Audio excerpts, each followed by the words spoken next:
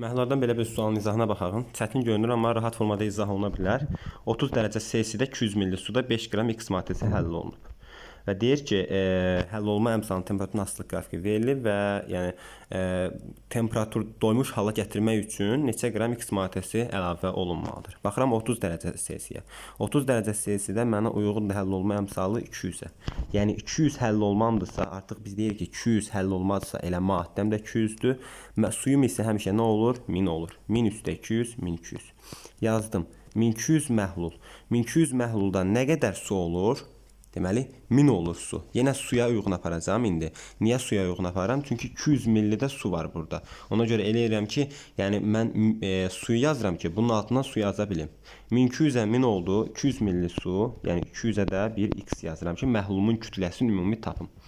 Buradan ixtisarlarımı aparsam, yəni bu sıfırlarla bunu aparsam, sonra bununla da bunu aparsam, bu deyir 240. Artıq məhlulumun kütləsi oldu 240. X bərabərdir 240. Məhlulum 240-dır. Məhlul da maddənin suyun cəmindən ibarətdir. İndi burada da suyumun vermişdi bayaq 200. Deməli, maddəm nə qədərdir? Yəni 240-ın 200-ü sudan ibarətsə, 40-ı maddədən ibarətdir. Və bizdə bir dənə də deyir ki, 5 qram X maddəsi əlavə olunub. 5 qram X maddəsi əlavə olunubsa, indi doymuş hala gətirmək üçün nə qədər maddə əlavə olmalıdır? 5 qramım var, deməli mənim 35 qramım çatışmır. Yəni 40-dan 5-i çıxırıq eləyir 35.